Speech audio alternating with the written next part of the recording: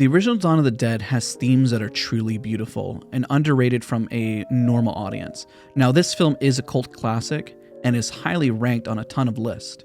But today, in this video, I want to talk about how the isolation makes us feel, the fear that this movie brings, not just from the zombies, because I know the zombies itself are not necessarily the most sights to behold. The simplicity, the character development, how it was filmed. We're also going to discuss a little bit of a comparison of Day of the Dead versus Dawn of the Dead. There's a big reason why I want to do this. The reason why is because Day of the Dead definitely has a darker tone. And of course, that tone we're going to discuss of why Dawn of the Dead can bring out a little bit more of that joy and satisfaction that an audience is looking for, and why Day of the Dead has become more of that cult classic that once you are a big fan of Dawn of the Dead, you move on to. And of course, I want to wrap up and also share my love of this film, which is probably why you're watching this video. One of the biggest reasons why I love this film is because of the isolation and the feeling of losing everything. The feeling of losing everything on a dime just really sets with me, and it makes me appreciate my day-to-day life. As much as it is mundane, sometimes it could be exciting and sometimes it's not as exciting.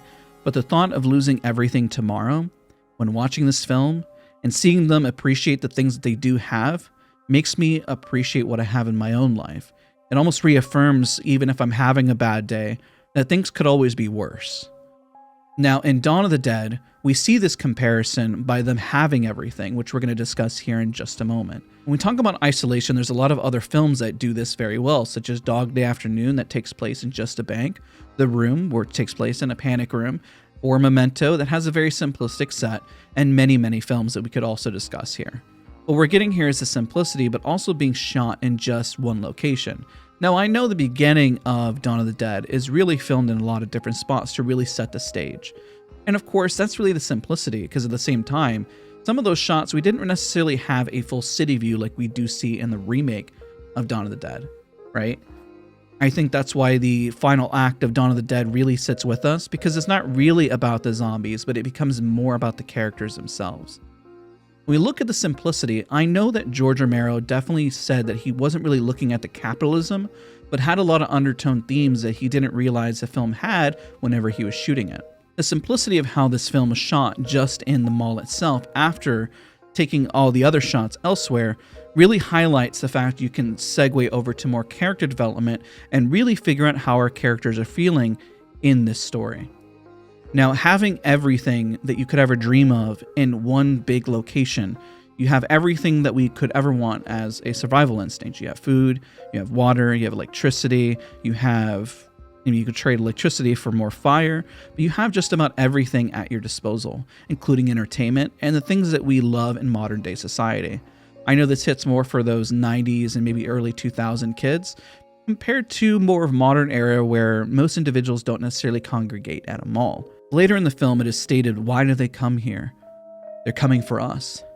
They're coming for the place, actually.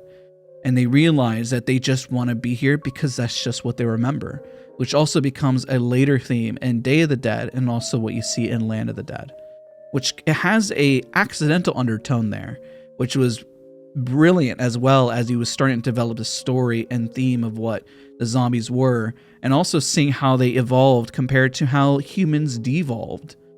And that's kind of the beauty of this film and this franchise, where I think George Romero was starting to really understand where he was going with this, and it really pushed the boundaries for its time, and even has these tones that in modern day are fantastic. And I think it's what's missing in a lot of modern films. That character development is really key. On the channel, I'm going to harp on this quite a bit, but character development with these actors, a lot of the actors that he hired for a lot of his films were a lot of no-names. He also brought back a lot of actors that he had worked with in the past and that he had a big passion working with, and you'll notice that from The Crazies and from other prior films of George Romero. Now, because of the actors had such a close relationship, in my opinion, from their interviews and what they were always stating, I think their character development really was able to expand because of the simplicity of the location and how the characters are feeling and how you saw the passage of time. This was always scripted out, but whenever they were on set, they definitely played with a lot of what they had. And this was always a big testament to the beauty of how George Romero really worked as an independent film director. I think we do see this, and it's why I mentioned the movie earlier, Memento, with Christopher Nolan and a lot of modern day directors that do understand it, and they work with their actors, and because they have a vision in mind for their script, it really works well. Now, we do see a lot of films that have a big vision, and perhaps they're taking too much, such as the movie Rebel Moon. Now, with that character development, we really have a journey of who these characters are at the beginning, what they're struggling with, and as a viewer, we all relate to a different character at a different stage of our lives. Whether we relate to one character or another for X, Y, and Z reasons, we attach ourselves to them. And because of that, we're more attached to them by the end of the film and wishing that they succeeded. And when we see the beauty of the end of an uncertain future, we really are just hopeful for them, especially with something that feels so bleak and unsure of overall. We want to have this hope, but then we have everything that they were wishing for and hoping for taken away from them, not from zombies themselves, but from people. And that really circles back to the feeling of really losing it all and seeing others lose even more on top of what they were losing, and then looking around and being grateful and thankful for what we have, which is also a bigger theme that I always feel exists with a lot of films that individuals may or may not miss. When I think about a lot of other films that were made in the early 30s and 40s during the Great Depression, during early signs of the Spanish flu, a lot of everyone was always looking for an escapism. In modern day, we look towards a different escapism by looking for something that's relatable, but also extremely authentic and realistic. Gone are the days of the golden era of just having happy endings. Now, when this movie released, there were quite a few films that definitely gave a more bleak ending, but we definitely saw this happening a lot more with George Romero films pushing this envelope, and it's why I think we still talk about this film to this day, and it's why this film is always going to be one that holds close to my heart, and I guarantee you watching this movie holds dear and close to yours as well. It's why I really love this film.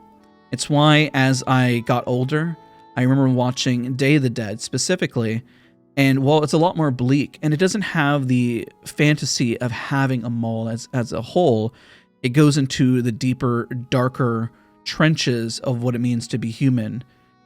And we see humans devolve while essentially zombies evolve. Now, that's why I wanted to wrap up with a comparison of Day of the Dead to Dawn of the Dead, as I think a lot of individuals, as you learn to embrace Dawn of the Dead and understand its beauty, you see where Day of the Dead takes things a bit further with all those themes and kind of pushes away all the fantasy of having everything from a mall, but isolated yet again in much a deeper, darker setting. And for most individuals, when you're trying to escape, nobody wants to escape into a darker trench of things. But the dialogue from these characters and what they're pushing through and the scariness of the end of the world and that isolation and that feeling of losing it all takes a step further of being, in my eyes, a lot more grateful and thankful for what we have today. Especially when you see the beginning of Day of the Dead and you remember the beginning of Dawn of the Dead where you're seeing the chaos and you get this calm sense, especially on this screen here, where you're looking and you say, oh, that is a beautiful scene, and it's a lot more calm and they are able to live their lives. That's why I love this film. I'm hoping that you as a viewer also share this excitement and fun and beauty of this film. The fun of being in the mall, the beauty of having everything, and that deep feeling of losing it all and that isolation that we all feel. That's very relatable. So, big testament and thank you to George Romero for making such a fantastic film, and I'm glad I'm able to do this video on it. Leave a like if you enjoyed this. Don't forget to leave a like, comment, and subscribe for even more content here on the channel, and I'll see you guys all in the next one.